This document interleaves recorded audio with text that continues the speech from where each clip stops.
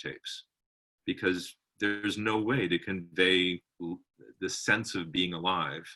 And having done, like, you mentioned having done a couple of the live shows, Sound of Music was the first one that had been tried as a live show since, for what, 50, almost 60 years, on TV, and we learned a lot doing that. And one of the things we learned is that people's expectations of what they're seeing when it's on screen is very different than what actually happens in a live situation. We're starting to learn that now through Zoom, but we are so used to movies and TV having so much post-production that happens in terms of everything from pitch correction to lighting setups, to any of those sorts of things, that I think the challenge right now is figuring out what is the future of live theater. And I think everyone's discussing it, everyone's figuring out how to, if we're going to have to modify things, and I think we will for a while. That was a very long-winded answer to a very simple question. No, and you're okay as we're, knock on wood. I'm here with my wife, Paula, who, by the way, just was nominated for a Drama Desk. Congratulations, Paula Leggett-Chase. And then I have, and then my two adult sons, one of whom is still working full-time on Wall Street from the comfort of a bedroom, and the other of whom is, like you all, taking online classes, finishing his freshman year at NYU. So, amazing. And we're lucky because we're in a place that we each can, like, close doors and have our own spaces, unlike many people in Manhattan or in New York City. So that is very true. So I want to get back, go way back here and talk about what was your early music education like? Did you have an influential mentor growing up? Well, the very short history is that I actually had no musical training whatsoever. And how did you get here, David? How did I get here? So the short answer to that is that I started piano, or actually I did like Yamaha piano when I was really little, but I basically took piano lessons from the end of 3rd grade until early 8th grade, and I'd never practiced once. I hated every second of it, and I finally convinced my mother to let me quit. But it was enough grounding so that, within a year or two, I sat back down and said, oh, this is kind of fun to mess around with stuff. And one of the reasons I quit, looking back, is that I had a series of piano teachers because I wasn't happy with any of them. But the last one I had assigned me, trying to mollify me, gave me some Scott Joplin rags to play, thinking that was modern music. And yes, I'm old, but I'm not that old. And I started messing around with them and saying, okay, what happens if I swing it? What happens if I play it really fast? What happens if I play it really slow? And I remember this piano teacher turning bright red, and I thought his head was going to explode. But that's what always interested me, is how you can take and manipulate and mess around with stuff. I like puzzles. I like, crossword puzzles. I like that kind of thing where you're constantly shifting the context of things. So I basically, after my very few years of piano lessons, just started playing for fun. And then mostly in high school, I was a performer. And sort of my first grade mentor is my high school drama teacher, a woman named Joan Bettinger in Fairfax, Virginia, who passed about 7 years ago. But she definitely knew no boundaries, so that if anybody had, completely opposite to my piano teacher, if anybody had an idea, hey, can we try this? She was like, yeah, go ahead, try it. And that's how we learned. And it's also, I look back on that now, and for example, we did Cabaret my senior year of high school, which is not a normal show for a high school to do. And we all sat down and watched the movie and went, wait a minute, those are different songs and those are different characters. Why can't we do that song? And so Joan Bettinger said, okay, write it down, do it. Write out a part for the orchestra. And it's like, okay, because nobody told me I couldn't.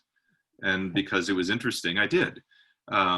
So in college, I continued to perform, and I got involved with a group called the Hasty Pudding Theatricals, and ended up writing music for 3 years for that. I look back on that now, and again, I wasn't interested in composition for composition's sake. I was interested in how I could use musical styles or use something to capture a musical style and to tell the story, which is kind of, I think, what I still do. So I never had formal music training, but I certainly, I was around music a lot and played, learned to play piano sort of, to me, like I never studied piano as a solo player. I always heard it as a tool to sort of interpret music, and I feel like when I play, I think like an orchestral reduction as opposed to thinking like a pianist. So I'll hear counterlines and accompaniment figures and try to convey how the orchestra sounds in the way that the piano sounds. I think that's utterly fascinating because of what you do now and your remarkable work as an arranger, dance arranger, and orchestrator. I want to circle back on the Scott Joplin rag thing for just 1 minute. Okay. I think that's brilliant because what it shows is such a seminal moment in like a realization about like the flexibility of music. So when you were tooling around with the different things, I have two questions. First of all, were you changing notes? Were you like improvising? Were you? Oh yeah. So the skill of improvisation has been with you for a long time. Yes, but it wasn't, again, it's not so much from a jazz perspective as it is from a structure perspective. So I think, I come from, almost all of my cousins and family members are scientists in some way, or mathematicians, or computer people, or I have a cousin who's a meteorologist.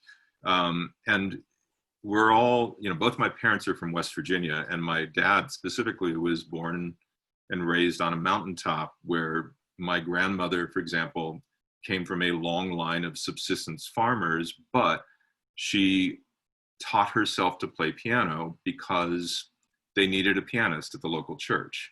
And the way that she taught herself, from what I understand through family stories, is by looking at the math, by looking at, okay, wait a minute, I don't know if people these days aren't that familiar with shape note hymnals, but this was a way to learn music throughout much of the 19th into the 20th century, which was, especially a lot of the Appalachian Mountain hymnals were printed with shape notes, so that you knew that if you were looking at this, you associated the as opposed to a do, re, mi, solfege system, you were associating literally the shape of the note with the scale of the degree of the scale.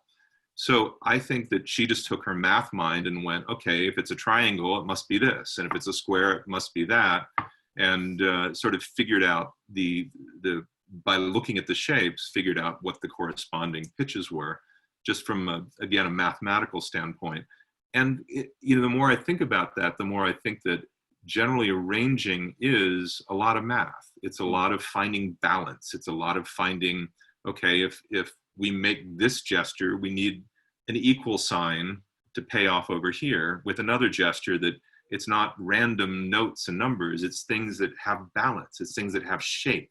It's things that progress through an arc. I'm a big believer in a weird way, okay, I'll put this out here for all of you like higher learning people. If I ever do a PhD or whatever it is, or an MFA, I would love to study the distinction between, I guess, verticality and horizontality in music. In the sense that, like, here's another story. In college, I sang with two different choirs. One was the Collegium Musicum at Harvard, and Jameson Marvin would put the whole group on stage, and then you would sing the same chord for what felt like 10 hours. And he would walk along and go up to this person, go a little higher, a little lower, a little less vibrato, and until he got the perfect chord. And as soon as that chord was accomplished, he'd move on to the next chord. And to me, that's incredibly vertical. It's like, I'm going to take a snapshot of this moment in music, and it's going to be a perfect moment. And then let's move to the next one. I had no interest in that whatsoever. I quit that after one semester and started singing with the university choir. John Ferris was the conductor, who's also gone now. But he was completely horizontal in his approach to music, in that it starts here, it builds, it crescendos, it does this, it arrives here, and then it does, you know, so there was always shaping and arcing, and he, not that he wasn't concerned with pitch and exact rhythm and all that, but that he was concerned with, and I don't know that he would have characterized it this way, but he was telling stories, and it's what we do in theaters, we tell stories.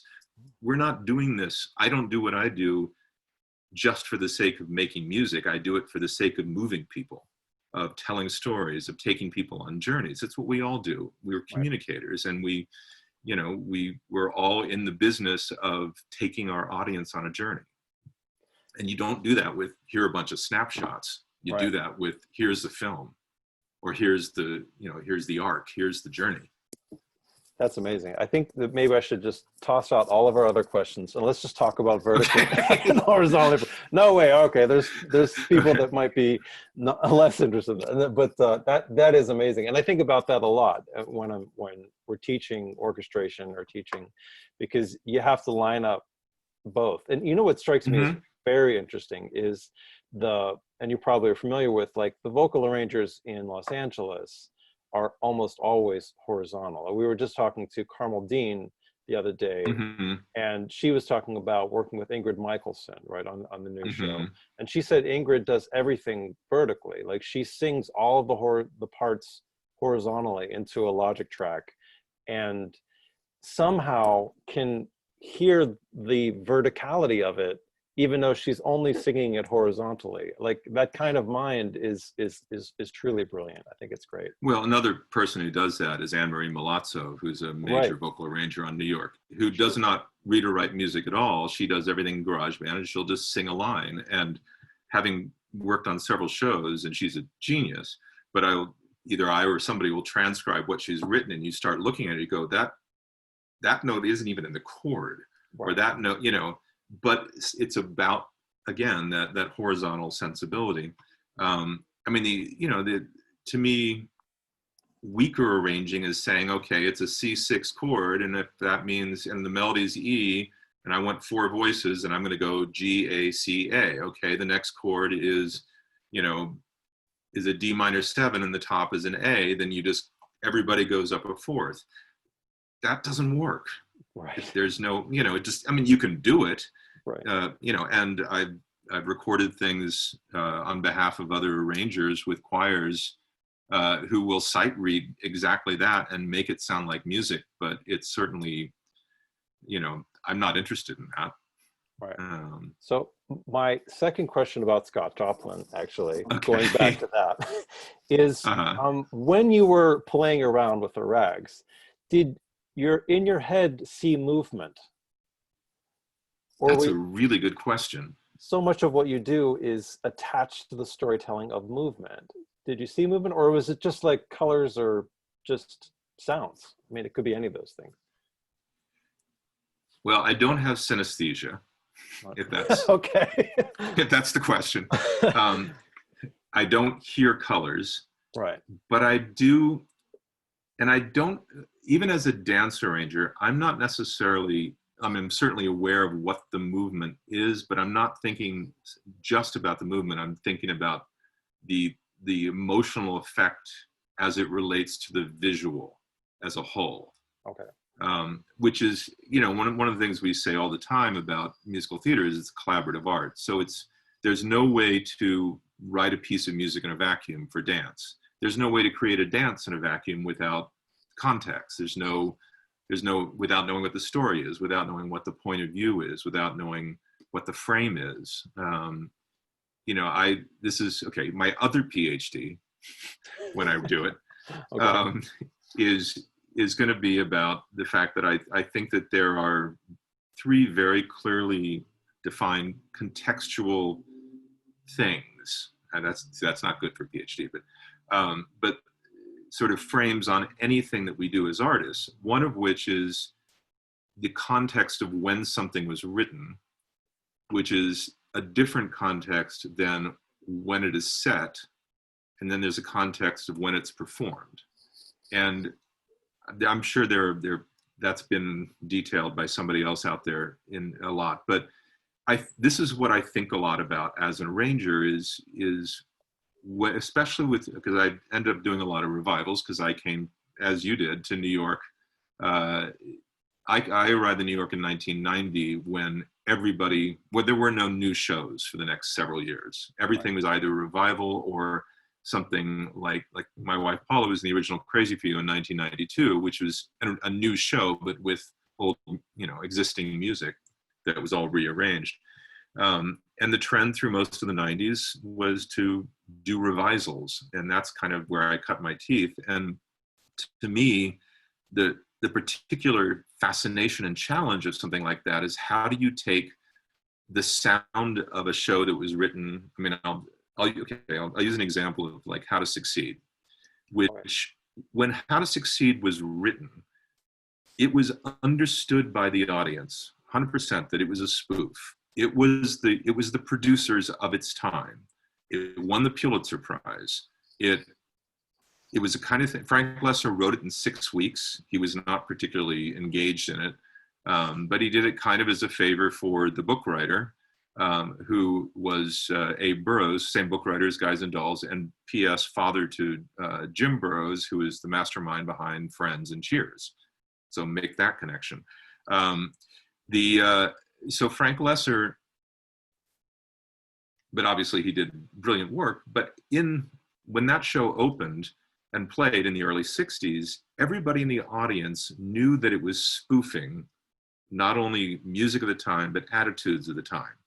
So nobody questioned that Happy to Keep His Dinner Warm, nobody considered that sexist. If anything, it was anti-sexist, because everyone in the audience knew the writers were making fun of songs like Happy to Keep His Dinner Warm.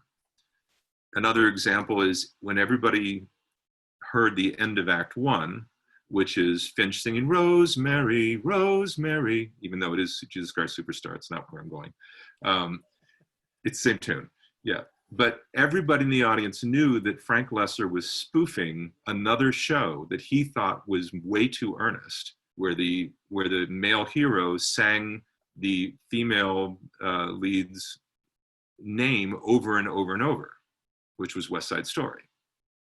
So everyone in the audience laughed at Rosemary because they knew Maria.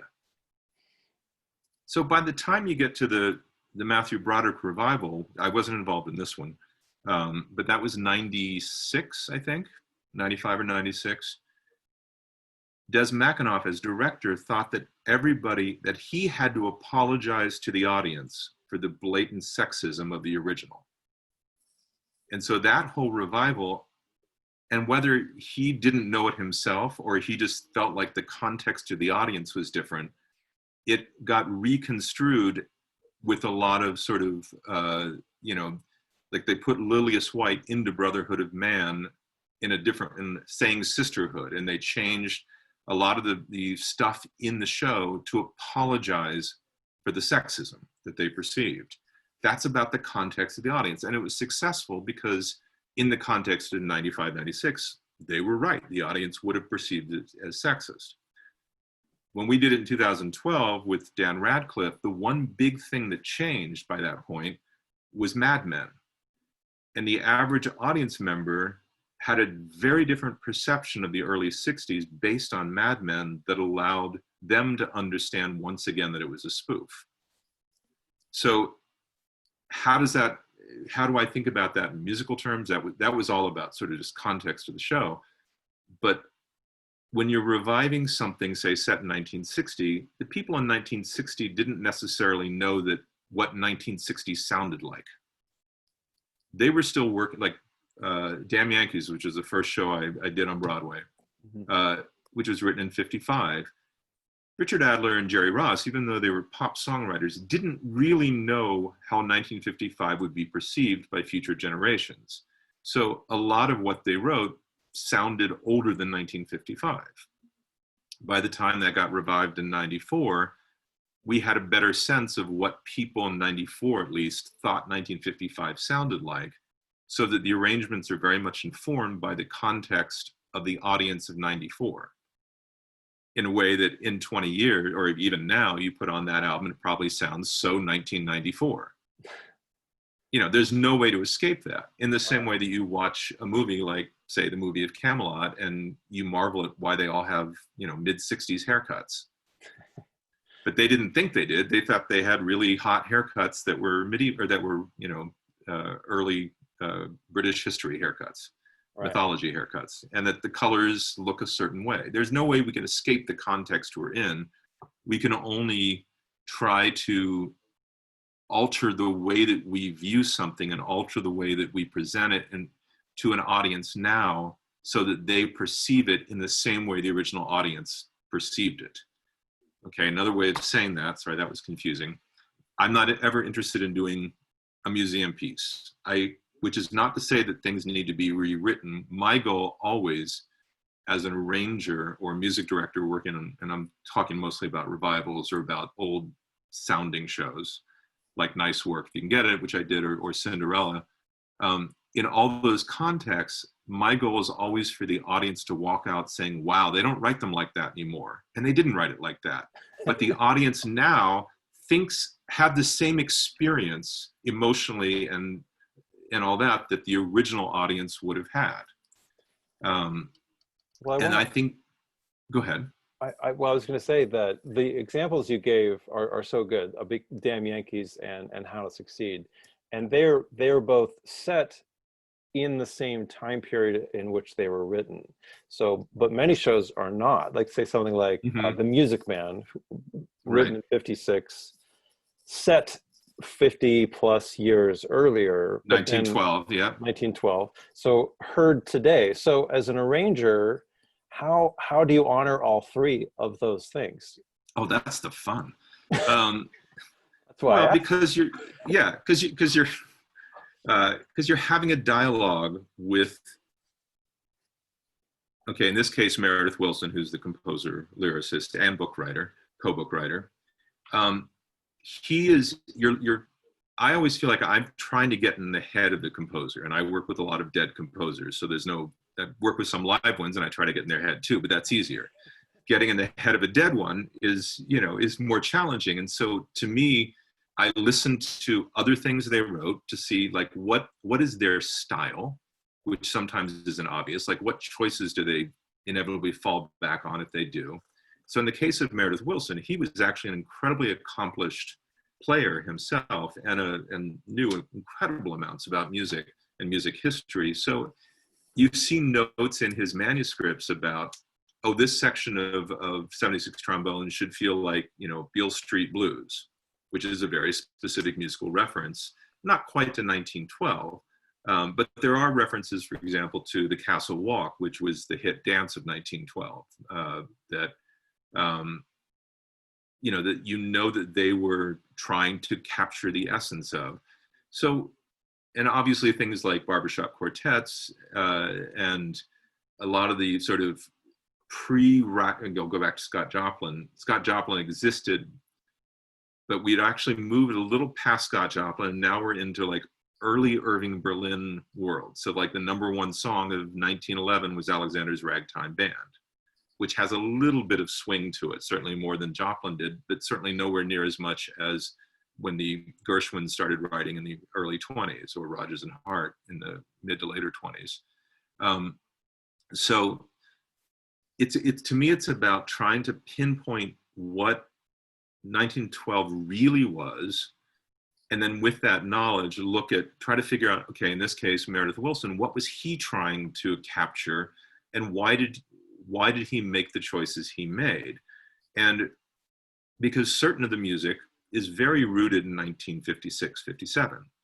And a good example is something like, let me back up before I give the example, because the context in which it's written is certainly going to inform how the composer is going to write something. So I'm also looking at what else was happening in 56, 57. And like, for example, with Music Man, I started to realize, okay, we're in the heyday of a lot of big orchestral pop music. We're in the heyday of someone like Leroy Anderson. So as soon as you look at something like Marian the Librarian and think about Leroy Anderson, you go, oh, that's very much the same language that he's drawing from. So the goal isn't to make Marian the Librarian strip it down to the 1912 essence. It's to strip it down to the Meredith Willson is trying to do 1912 in the context of 1956 essence. And then what it does is allow you to strip away some of the layers of 1956 that aren't part of Meredith Willson or 1912, if that makes sense. Mm-hmm. I'm not sure, I mean, Music Man is a tough one. I'm going to jump actually to 1776, which has been in my head a lot because we're working on it now, which is a musical written in 1969 by Sherman Edwards, who is a pop songwriter and who worked in the Brill Building and whose biggest hits up to this point had been writing songs for Elvis Presley. And as soon as you realize that, you look at what his chord structures were and go, oh, this makes sense that this actually came out the same year as Hair, because it has a lot of pop chord structures and things. I don't know how well you all know 1776. It's not a huge score, but you know, there are things that are related to the James Bond theme in those chord structures. It's very, you know, in the till then, I am as I ever was. And underneath that is a da-dum, ba-da-dum, da-da-dum. It's not that rhythm, but it's that progression. You know, he was very much, so he was, and it's also interesting, I found through his son, Keith Edwards, he sent me some demos that were recorded at the Brill Building of 1776 songs where Sherman Edwards was trying to turn them into, I mean, actually release them as pop singles. And suddenly you go, okay, now I understand more about this composer who actually was a pop composer. That allows me to strip away the sort of imposed, for want of a better term, sort of operatic Gilbert and Sullivan layer that was put on in 1969 and feel like, no, that's not necessary to the show. That's not the essence of the show. That's a frame that was put on in the context of 69. And so now I'm going to jump around to something else, which is like in Cinderella, a good example is, so Cinderella, the original TV show was 1957, around the same time as Music Man. And if you think about it, so my mother was in high school in 53, 54, 55. And I remember asking her, what did you do for your high school musicals? And she said what they did was The Chocolate Soldier. And there, you know, things that were essentially operettas, the Sigmund Romberg hits from the late 20s. So that made me realize, okay, if you're a young high school age or early college age man or woman, the height of romance, this is before rock and roll really hit, the height of romance is a wonderful waltz, is an operetta waltz. So therefore, if you're watching TV in 1957 and Julie Andrews comes in and the prince sings 10 minutes ago, and the accompaniment is boom, chunk, chunk, boom, chunk, chunk, that's incredibly romantic. That's adult romance. So now cut to 2013, you can't do that. Not just the, I mean, you have to, but you can't rely on the Viennese waltz and this kind of sound in the singing to signify sophisticated adult romance in the eyes of a high school kid. So what do you do instead? So I looked at what else was in 56, 57 and redid the accompaniment 10 minutes ago. Didn't change a note of the melody, didn't change any of the chords per se in the accompaniment, but played around with the textures and certainly played around with the way that Santino Fontana sang it in a much more, and I remember at the recording session, he actually said, okay, we're recording this. Do you want more Bob Goulet or do you want more Gavin Creel? And I said, well, find the balance. So, you know, I mean, Richard Rodgers was famously authoritarian about wanting his songs sung with exactly the rhythms and the breaks that he put in there. So I did feel like I had a duty to, you know, I've done a bunch of Rodgers and Hammerstein things. I feel like I have a duty to Richard Rodgers to honor that need that he had to say, no, I want to be the person who dictates the rhythms, but there's enormous, enormous flexibility in how things are phrased and how things are colored and what the vibrato is. And, you know, and to me, that's the essence of style. And we should never be trying to, I mean, I don't I don't mean to sound negative to Santino. He was never going to sound like Bob Goulet, and he was never going to sound like Gavin Creel. He was always going to sound like Santino, and that's great. And that's the only way we can make art and communicate, is by simply being true to what it is in this moment, whether that's altering the rhythms slightly, it's altering the pitches, you know, our vowel sounds, our vibratos, all of those things. And each one of those little things makes a huge difference. I mean, I'm convinced that when we go back and listen to cast recordings from the last 10 years, we go back in 20 years and listen, we'll be shocked and amazed and disappointed that every single singer has that little cough in their voice, because they all do. And that's the way everybody sings. And the most effective communicators, you know, are the ones that, you know, can transcend that a little bit and be a little bit more sort of universal in their sound. And that's, again, I'll go back to having done revivals. To me, the greatest compliment is when somebody doesn't realize that you've done anything. When your work is completely transparent and they were taken on a journey. But let me also I'll go back to, because you brought up Too Darn Hot. To me, Kiss Me Kate is kind of the most fascinating thing of all, because when you start peeling back the onion, it's, you know, some real event happened in the 14th century, that some Italian playwright 100 years later wrote a play or a story, and then Shakespeare picked up that version and wrote his own version. And then you sort of cut to Sam and Bella Spivak, although it's really just Bella. They had to put Sam's name on because nobody could buy a female playwright in 1948,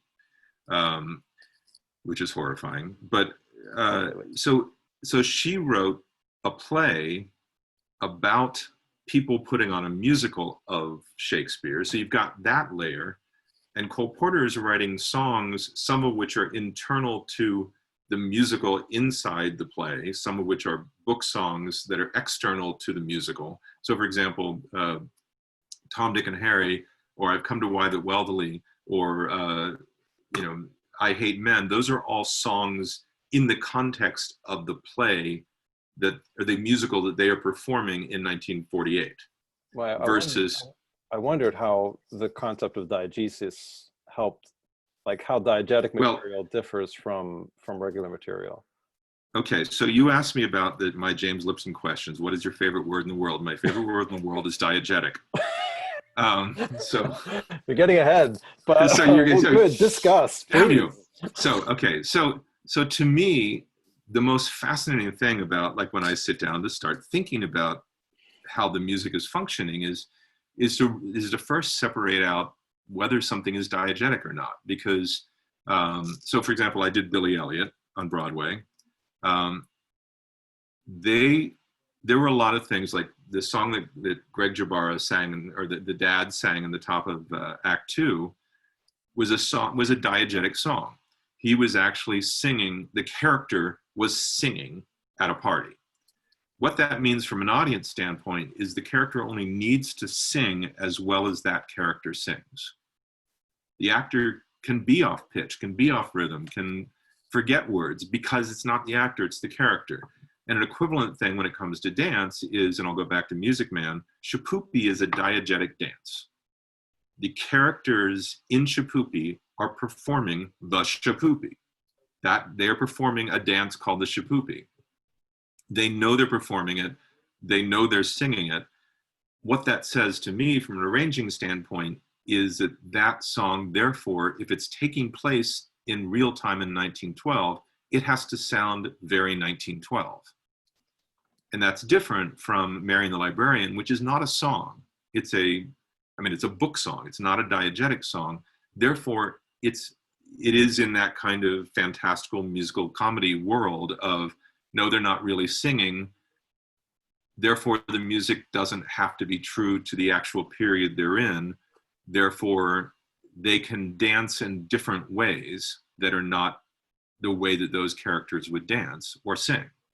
To me, the most interesting period in theater history with all of that is when Hal Prince came on the scene, and you had something like Cabaret, where half the songs are diegetic, but they also function to comment on the story. Or you have something like Dreamgirls, where it kind of is all diegetic, but then in moments it's not, and it's hard to tell.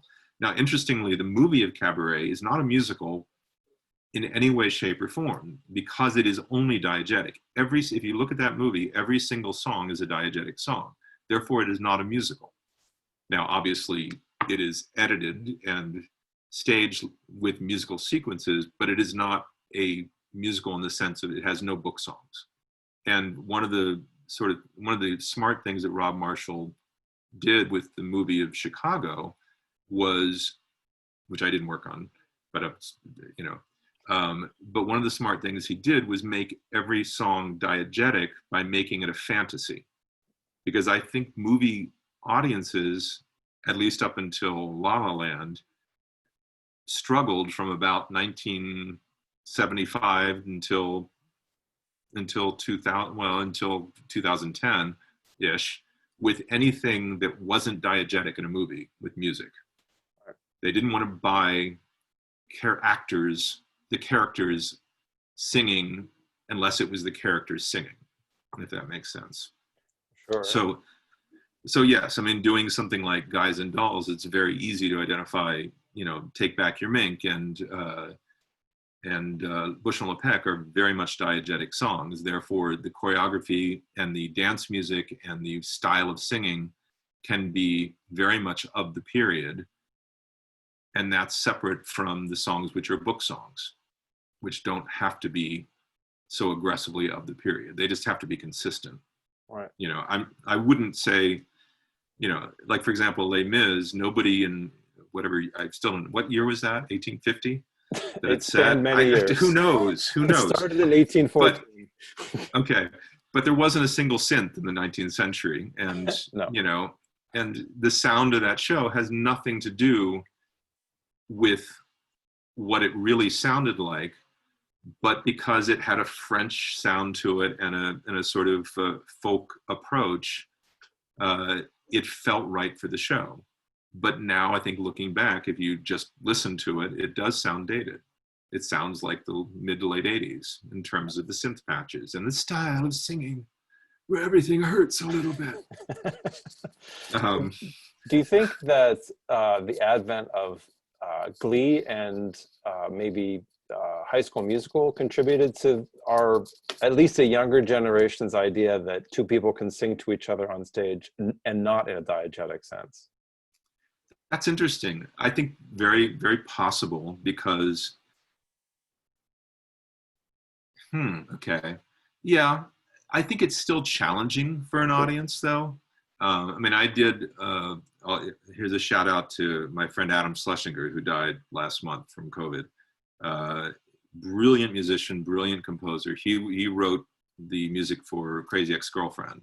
I did a lot of those arrangements and orchestrations. And it's interesting, that show had enormous critical success, but never found a large audience. And I think some of it is because it just on some level, audiences still don't look on screen to see people singing and find that acceptable, unless, again, there's some kind of framework. It's why Chicago worked. It's why Cabaret worked. But it's why most, like Evita, I remember watching that movie, and the opening, 5 to 8 minutes is kind of brilliant. But then, what's his name, turns directly to the camera and starts singing, and you go, stop. Or even something like Dreamgirls. Dreamgirls is a purely diegetic movie for about an hour. And then suddenly she turns and stares straight at the camera and starts singing. And it's oddly disconcerting, at least to me.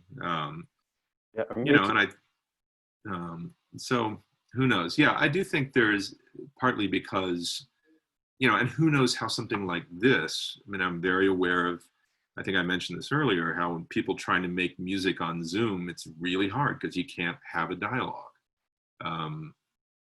We were very conscious doing Sound of Music live that we had to pre-record the tracks, and there were a lot of choices made of how the tracks were recorded and where they stopped and started and restarted to make it feel as live as possible, but it's still not going to be the same as having a live orchestra with a live audience and having that feedback. I mean, I'll praise, there was a guy named Mark Waglinski, Wedge, who was the Pro Tools operator for Sound of Music. And about 3 days before the broadcast, Audra McDonald said, I don't want the intro. Oh. I just want to start when she's started Climb Every Mountain. And she said, I can get my pitch. There was a little piece of music that, I can't remember, it was a scene change or it was a little underscoring or something that put her in the right key. And then she said, but I don't want any intro. So Wedge, his job was to sit there. And I remember him like in the where the sound stuff was in that truck with his face like glued to the screen. And of course, Audra doesn't go, climb. She goes, climb, with no prep. But he was like, finger poised and boom. It could have been a disaster, but he nailed it. But that's, that is the hardest thing about like trying to figure out what is the future of all of this, right, and how music functions. Well, let's assume that things get back to normal in some part of the future, because I wanted to circle back on something you talked about when you were talking about doing the music of Richard Rodgers and the lyrics of Oscar Hammerstein. So not only you're arranger, orchestrate, all these things, but you serve as music director for a lot of these things too. So a lot of our performers a lot of our listeners are young budding performers. What advice do you have to give them for interpreting the work of Rodgers and Hammerstein? Well, I'm a big believer that chances are the original writers knew what they were doing. So that's not always true, and I won't name names, but most of those people knew their craft, or know their craft as songwriters. And that the greatest thing you can do as a performer singing somebody's song is to trust that they knew what they were doing and to trust the material. That gives you enormous leeway with how to approach it, how to phrase it, how to even to say changing tempos or changing even feels or changing grooves. That's fine, because, okay, now here's the biologist in me speaking, which is that neurobiologically, the only thing that our brain registers as unique is pitch. So this is why, presumably, people can sing a song way off pitch and we still kind of get it, because we understand the shape of the pitches. And that didn't make a whole lot of sense, but, or let me give you a better example, which is that unless somebody, you take trained musicians out of the mix, but the average person on the street, if there is a famous recording of something, like say, Hey Jude, and you go up to somebody on the street who's not a musician and say, sing Hey Jude, they will probably sing it at the right tempo and the right key of the recording. Now, obviously that doesn't apply to songs in the 30s and 40s and 50s that became part of the Great American Songbook, of which there are many, many interpretations. But I just went down a rabbit hole. I don't even remember why. What were you asking about? Oh, just interpreting songs. Yeah. No, to me, the greatest interpretation of a song is one that makes the listener hear it spontaneously, as if it's spontaneous. Makes the listener hear the words, hear them as fresh. So it's not about what you do to a song, it's how you let the song become part of you as a performer. And you should know what every single word and every single phrase means. You should know, you don't necessarily have to know what the original character was or the original context, but if you don't, you need to have your own context and your own character and point of view, because what makes a theater song is that we, the listener, as well as you, the singer or the deliverer of the song, are changing. You have to change from the beginning to the end. Pop songs don't have that requirement. pop songs are a state of emotion or a state of being. I mean, the sort of the most reductive example I can give is a good pop song is, I love her, I love her, I love her, I love her. A good theater song is, I love her, I really love her, but she doesn't even know my name. Nonetheless, I'm going to make it so that she loves me as much as I love her. So that, and that's very oversimplified, but there has to be a journey. There has to be a beginning and an end.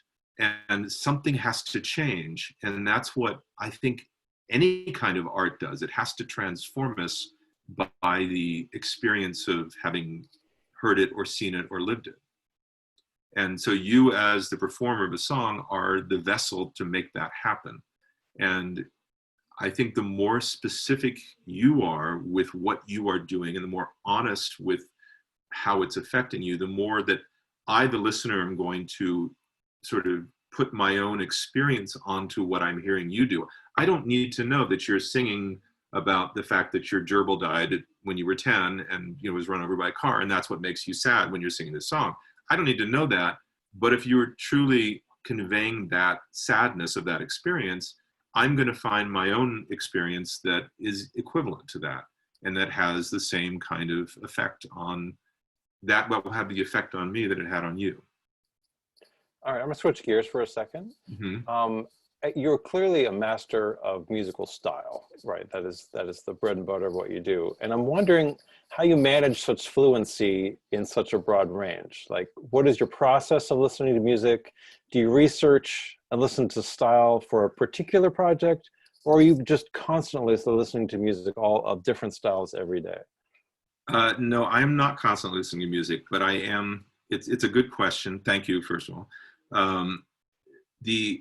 To me, when I get involved in something, it's part and parcel with trying to get inside the composer's head. So I'll give you an example. I did arrangements for a London production of Guys and Dolls that starred Ewan McGregor, and this was 15 years ago.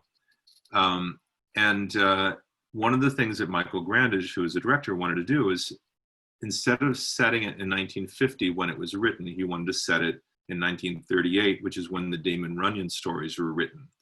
And that created some issues, like there were a couple lyrics that we had to ask permission to change that referred, I don't remember what exactly, but things that were different in 50 than versus 38. But the main reason he wanted to do it is because he wanted to get closer to the Damon Runyon voice, but he also very specifically thought that Havana in 1950 was not the destination that Sky and Sarah, that was, in 1950, it would not have been that destination, but it would have been in 1938, where you could take an overnight plane and have a night on the town. And this is, of course, before YouTube, which made everything much easier, but I remember, this is 2004 or 5, going to Tower Records on 72nd Street or 74th Street in Broadway, and just searching through the bins, looking for anything that I could listen to that would help me understand what Havana sounded like in 1938. And very, very luckily came across a CD that literally was Havana 1938. Actually, it was probably like 1937 to 1940 or something, but it was literally just a compilation of the nightclub bands that were playing in Havana in the late 30s.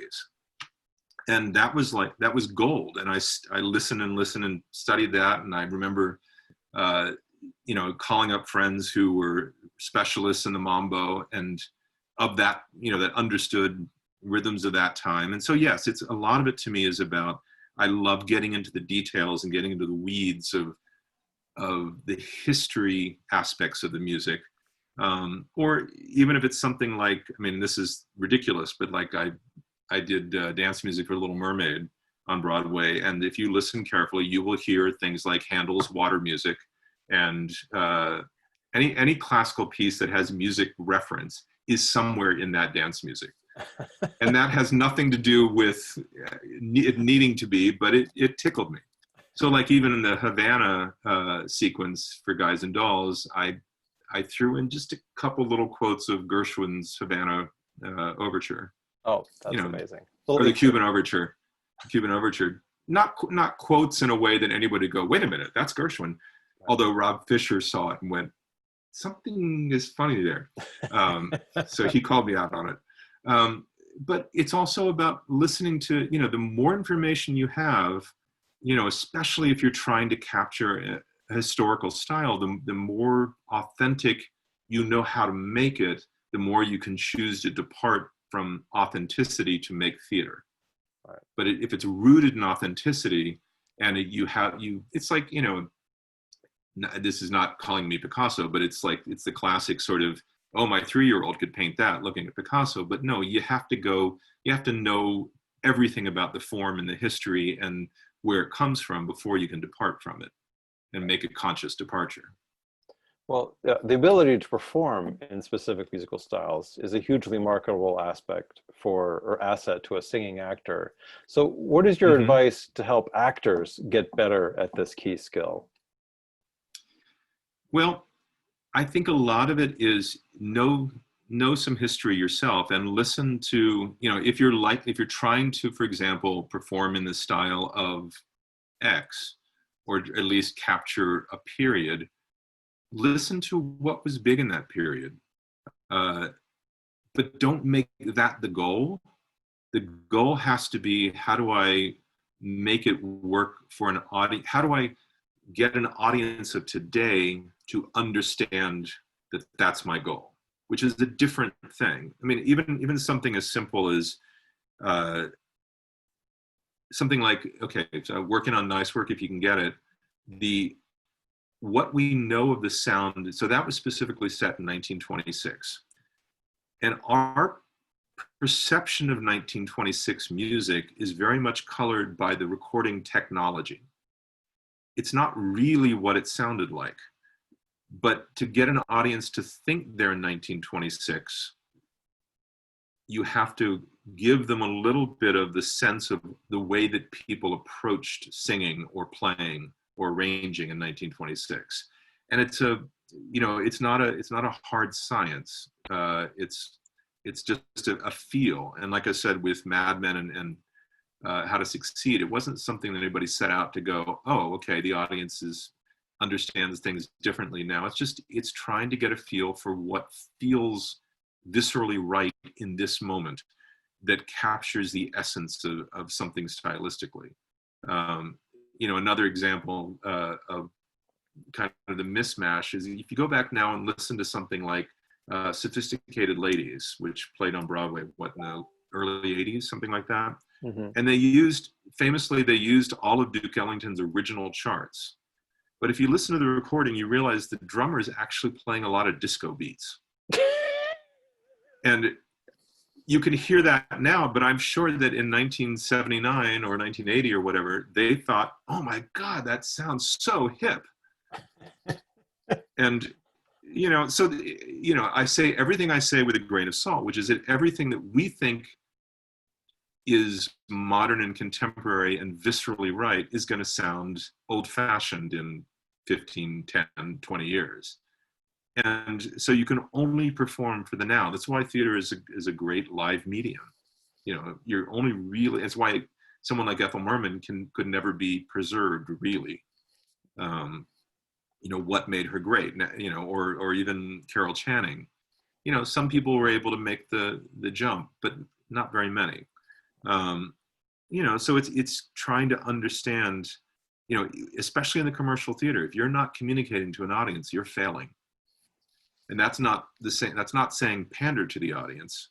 It's not saying add all the vocal hiccups in all the singing that you do. But it is saying find a way to make sure that today's audience connects with what you're doing, and how much can you add a little bit of a certain style so that they understand, if that's what you're going for. If you're going for the sound of 19, okay, here's an example. So the Kathleen Marshall Anything Goes at the Roundabout 8 years ago, Bill Elliott was the orchestrator, and Bill who teaches at Berkeley is an absolute genius at the details of swing band writing.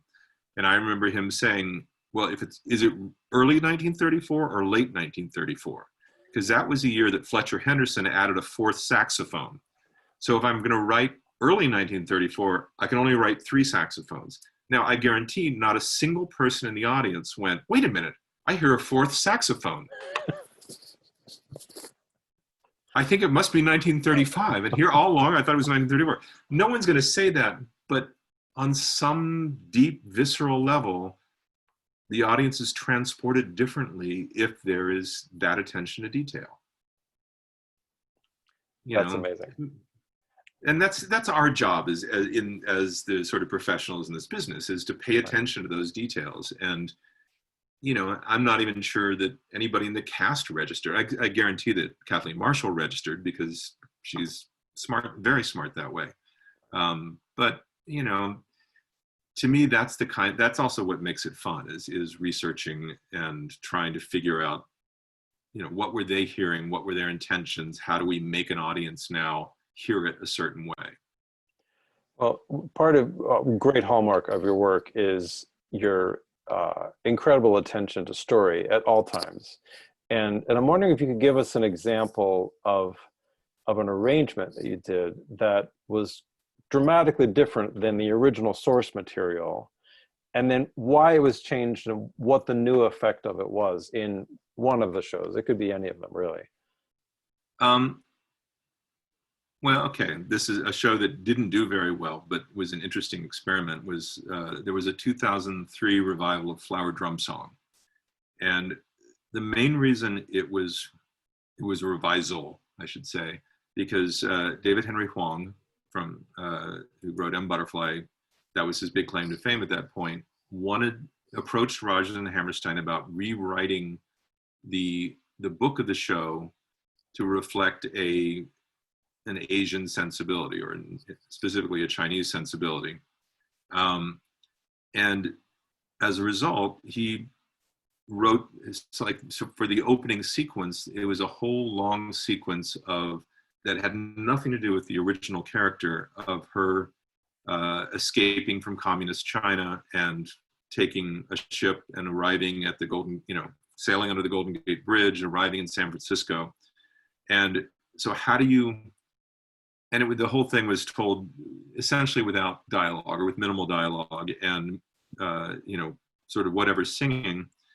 And his idea was to use 100 Million Miracles, which was in the original a very simple song that the same character in a very different context sings when she arrives in San Francisco, but there's none of the background of escaping communist China. In fact, there's nothing whatsoever about communism or the political situation. And he wanted this song to be used, and it's a fairly simple song, which has a very simple chorus, and it also has a rhythmic motif, which is the bum ba da da da da da dum bum. And the chorus is 100 million miracles, dum ba da da da da dum bum. 100 million miracles are happening every day. So there was the chorus section, and there was a little bit of, then there was a bridge, and every single moment, da da da da da dum. And that was basically the whole song. So we did things like we went back and looked in Oscar Hammerstein's papers, and we found a lot of cut lyrics. We went back into, I looked at, for example, how the song was used in the overture and the entr'acte. Were there any clues to what additional pieces, any ways expanding, and all of those things? And then with all of that information, sat down with David, who had mapped out, here's what I want to happen. And then Bobby Longbottom, who was the director, would throw in sort of staging concepts. And what started as essentially, a 1.5 minute song, the original became like a 9-minute sequence that went through all sorts of rhythm changes and meter changes, sang the entire song, made reference to, like there was a lyric that was not in the original that kind of referenced Rodgers and Hammerstein themselves. And my guess is Hammerstein wrote it kind of as a tribute to Rodgers, and we threw that lyric in, which I can't remember what it was, but it had to do with a scribe sitting under a tree writing a pen, and a bird sings along, and suddenly a song is heard. And I think that was self-referential to them. And then at the same time, it's also trying to figure out, because obviously Rogers was not trying to write traditional Chinese music, but how do you, so I started listening a lot to a lot of traditional Chinese instruments and recordings, and saying, okay, how do we fold those instruments into the orchestration? How do we fold all the concepts together? And it's hard to describe, but it's the whole thing is recorded, or at least not the whole thing, but a pretty good portion of it is recorded. And it goes through many key shifts, and for reasons I can't entirely explain, it's sort of like throwing in Handel's water music. I decided that one of the things I wanted to try to do as a through line is when there are key shifts to go down by half steps, because the song itself started with a half step. And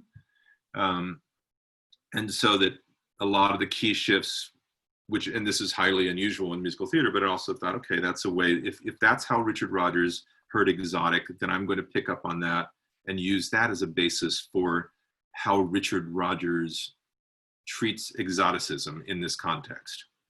And that can still be true to Rodgers, but throw in some traditional instruments and have something very different than the original, and yet honor Rodgers and Hammerstein. That's amazing. Before we move on to the Pivot questionnaire, I want to ask you what you mentioned 1776 in the Music Man, but what are you working on right now? What kind of changes to expect in the new revisal of Music Man? Well, Music Man is going to be pretty much what you know. I think it's essentially the same team that did Hello, Dolly, and Scott Rudin, the producer, loves to do lots of research. So about almost a year ago, I got a box of material delivered to my apartment that was literally, maybe about 15 notebooks filled with songs that had been cut, scenes that had been cut, alternate versions of things, and him saying, okay, is there anything here we can use? And so there are a few things that we may try, a couple of cut numbers in various places. The dance music will be completely different. The original was by Lawrence Rosenthal, who he did that show, and he wrote, actually, the time that I met Lawrence Rosenthal is when I did a studio recording of The Man Who Came to Dinner, or worked on it, which was written by James Lipton. So I met James Lipton and Lawrence Rosenthal at the same time. And I was only there for one afternoon when we were recording Mike Myers, who so did not want to be there, but he was doing a favor for James Lipton. But Lawrence Rosenthal told me that he was paid $500 buyout for the Music Man dance music. And this was in 1956, 57. Oh, no. That's it. Never received anything else. But then after those two shows, he moved to Hollywood and became a very successful film composer. Okay. So changes, yeah, I think that's going to be there will be things that are different, and hopefully it will feel fresh and immediate. Although I'm not sure that a story about a con man who finds love or who is not held to, he doesn't have to pay the price for his cons. I'm not sure that's going to resonate right now, but we'll see. Whereas, just to go back to Hello, Dolly, I remember that Jerry Zaks actually pointed this out in the first meeting, that Hello, Dolly was written or premiered on Broadway. It was written before, 3 months after Kennedy was shot. And at the time, everybody perceived Hello, Dolly to be a very old-fashioned show. The style of storytelling, the style of music was very old-fashioned. And yet it became a huge hit, partly because it's exactly what the world needed at that moment. And I think, again, it's about context. And so to revive it with Bette Midler, well, that's an interesting idea, and she's great. But what made the revival matter, I think, is that at the time we had just started down a dark path, a dark tunnel post-November elections, at least, and I don't want to offend anybody politically, but I'm a New York theater person. So New York Manhattan Theater was it's just okay. Really. Was it a very? I don't see any of you, so you might, if people are throwing things at the screen, I don't see it. No, but that part of the reason that it was like sort of Hello Dolly was like a return to sort of a time when things were easier and the world was not filled with anguish and pain. It's also true of the turn of the 20th century too, or 21st century, when the producers was the biggest ticket in town after 9/11, right? Well, and interestingly, after 9/11, so many shows, including the producers, and even something like Thoroughly Modern Millie, which I worked on, and Urinetown, they all had elements where they looked at the audience and said, you don't have to get emotional. You don't have to be emotionally involved in this. Don't worry. It's just a show. It's just a show. It's just a diversion. And that's what almost every show did after 9/11 is say, this is just fun. Don't worry. It's not serious. It'll be fascinating to see what works after the pandemic. Right. Will it be things about community, or will it be things about, that bring us back together, or will it, be dealing with fear? I don't know.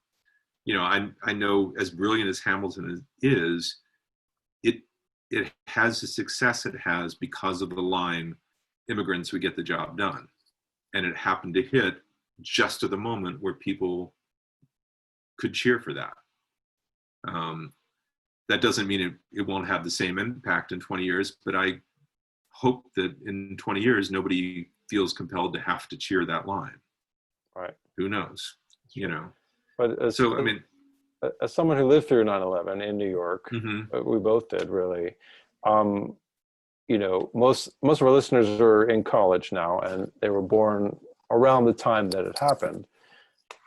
What can you say to them about getting through a tragedy and what the other side looks like? Well, the good thing is that ultimately everything, it won't necessarily come back the way that we remember, but it will come back. And, just thinking about this in reference to 9/11, which is before we forget, but before 9/11, we didn't go through TSA at the airport. We didn't go through all that security.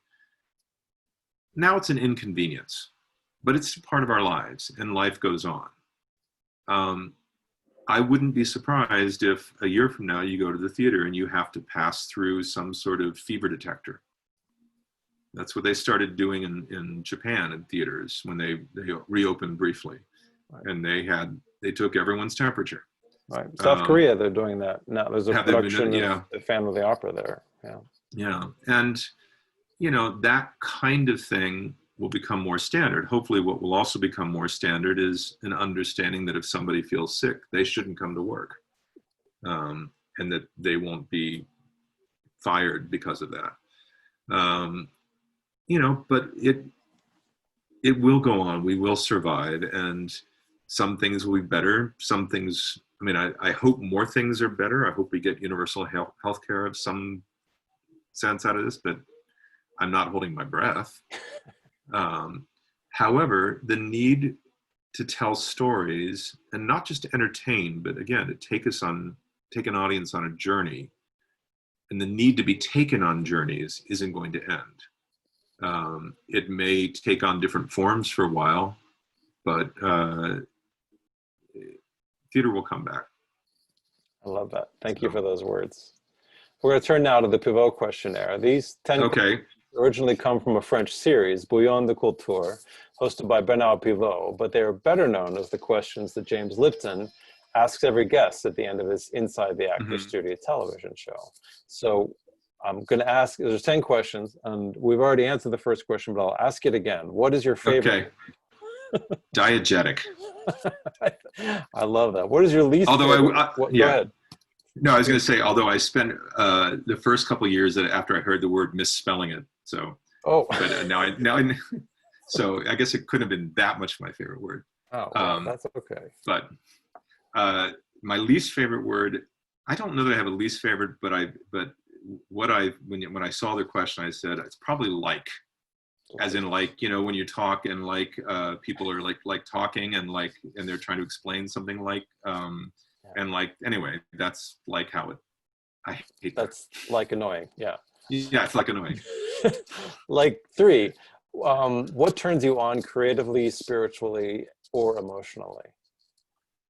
I think getting into the weeds, getting into the details, getting in, like tracking things down, reading the histories, reading the, you know, where did things come from? Why did they start? Why did people make the choices they made? And that's not just in music, but just sort of understanding motives, understanding beginnings, understanding where something came from. What turns you off? Lack of curiosity. What is your favorite curse word? I don't curse. Okay. No, I had to think about that. I saw that and I went, I don't know. I grew up in a very conservative Southern Baptist military family. I can remember my mother saying hell once. Wow. And I've never heard my father curse. What did you do to make her say hell? I didn't do it. Yes, good question. No, it was something, she was driving and something almost happened. So I find that, okay. Yeah, I can use curse words for effect, but they're not honest. Gotcha. What sound or noise do you love? I love the sound of bluegrass harmony. The way the voices lean up against each other. Oh, yeah. Yeah. What sound or noise do you hate? Silverware scraping on teeth. Oh, that's terrible. Yeah. All right. What profession yeah, I know. What profession other than your own would you like to attempt? I'd love to be a philologist. And now you're going, what? Well, I don't know what a philologist is, but I'm taking apart the Greek, and phila means to like something. Is it someone who studies? So like the word. Oh, no, okay. it's not unrelated to linguistics. Okay. Where linguistics is the study of how languages function. Philology is the study of essentially I guess you could say it's textual analysis, but I don't mean it in that way. It's more like why words started and where they came from and where they're headed. And that's true of, so if there's such a thing as musical philology, it's all interrelated, which is like what led to what. And it's finding patterns. And this is the biologist in me. I love patterns. I love understanding what gave rise to something else. Right. I think philology is now my new favorite word. So thank you for that. You can't say it though without your tongue going blah. Yeah. Well, yeah, you're right. What profession would you not like to do? Anything repetitive. And then that includes conducting 8 shows a week. I was going to ask you. I did 5 years of Les Mis, and that's the first thing that came to my mind. No, I do find I get bored very easily. And so I actually haven't been, the last show I conducted on Broadway was 2012, was the How to Succeed revival. And since then I've been only arranging and supervising and conducting, TV stuff and short, like the opera stuff, which is short term. Right. So I can last a few weeks, okay. But good to know. Yeah, the better answer would probably be being on a, some kind of production line, making like something. Right. So the 10th question is if heaven exists, what would you like to hear God say when you arrive at the pearly gates? I would love to have an acknowledgement that I lived my life doing my best to respect everybody around me, no matter who they were, and to know that I was respected by everybody. Well, that is true. I can say that from the Broadway community. Okay. You are a giant in this business, David Chase. So I pulled the wool over your eyes successfully. No.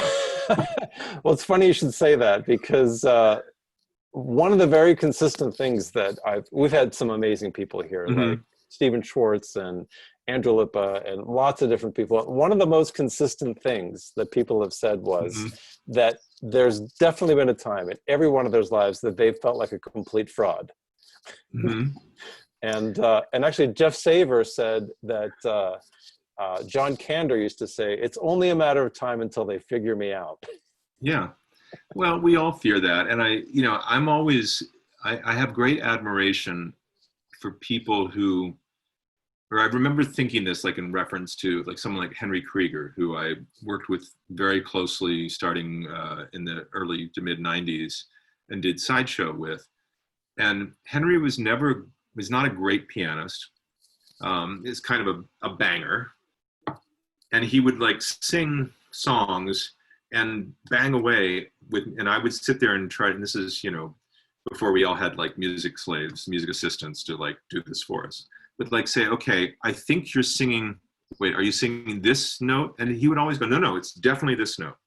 And he always knew beyond a shadow of a doubt what he was composing. There was never anxiety about it. And many composers I found are that way, that they just, in fact, another little anecdote is working on Billy Elliot. I spent a really interesting couple of days with Elton John in Las Vegas, which sounds much stranger than it was. Do tell. Yeah. No, but part of it was we set up a time, a 3-hour period where we were going to go to his piano on stage and ask him to write, okay, can you write a new bridge for this and a new chorus for that and something else? And it was fascinating to me because he didn't want to talk about it. He didn't want to hear about it. He just took the lyric from Lee Hall, who was the writer and the lyricist, put it on the piano, looked at it for 10 or 15 seconds, turned on the MIDI piano recording device, and then sang it perfectly, played every note perfectly, and basically said, okay, what's next? There was never doubt. There was never a question. And I talked to him about it, and he said this, and similar to what Henry said, and similar to what a lot of famous composers said, is it just comes to them. It's just a gift. It's just a thing that happens. The music, writing a melody. Yeah, Alan Menken has said the same thing. And I feel like I spend so much of my life analyzing every choice I make. And there are times when I know that, no, this is the only right answer, but I don't have that assurance that a lot of these people have that like, no, this is the only answer. And I find that fascinating. And I think, that goes back to some of us learn music as math and some of us learn music as language. It's interesting because several of the composers you mentioned, Henry and Elton John, are not what we would call trained musicians. They're not skilled at like notating their music. They write it. And I think there's unfair, stigma a little bit maybe attached to people that don't. It's not they don't know how. They just don't notate their own music. But the music, they don't need to. The music is flowing through them. And they remember, I'll go back to Anne-Marie Milazzo, who does not notate music, doesn't read music, but she will remember every single vocal harmony she writes. Right. And know exactly, and listen to a full ensemble singing and go, wait a minute, who's singing this line? I'm not hearing it out of 20 people singing. And that's astonishing to me, that kind of just level of detail and specificity in sort of self-awareness of music. And that's music as a language, not music as math. All right. So we have just a couple of questions here on our chat room here. So before we wrap this up, this is from Blake Moran. Blake asks, how are music directors chosen on Broadway? Is there a certain criteria to meet before you can qualify to do so?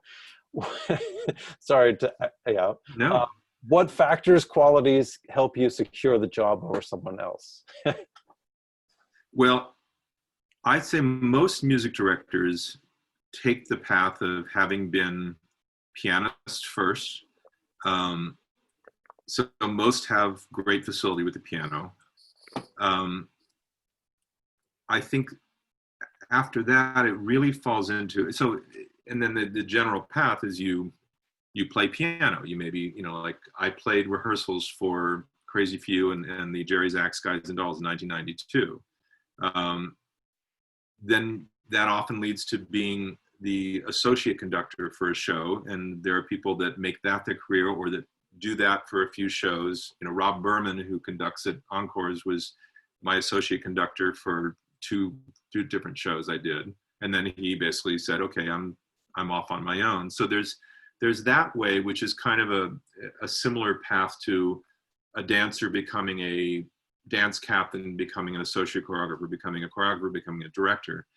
But in terms of the qualities, I think you're always having to balance the needs of musicians and making music and making people excited to make music, the needs of the actors who, especially as a conductor, your goal, and especially if you can be in front of them, which is to me the only way that you can really do this, is to communicate with them so that you're basically saying, I've got the band here and the singers here, and I'm making, you know, I'm making dinner, I'm making the pudding, whatever it is. I'm driving the bus, I don't know, find a good metaphor. But you're also balancing all the needs of the producers, which are, you know, how small can we make this band? You're, you know, balancing the needs of the director, who is like, you know, I want this song to accomplish this. Why can't it go from this key? Like Diane Paulus, I remember in something said, I wanted to sing this note, and then I want it to be in this key. And it's like, okay, but if we are in this key, then, you know, 4 bars later, she's singing that note. It's not possible. But let me figure out how to accomplish the same dramatic effect that you're looking for. To me, the number one job of a music director, and this is a slight sidebar, because I think the terms music director and music supervisor have become so sort of Byzantine and you know. But if the purest form of what a music director is you are the director for the music. And what a director is someone who gives point of view and context and approach. It's not just teaching the notes, it's teaching why these notes, why these words. What is the journey? What is this character looking to accomplish? How does the music function in the scene, and why?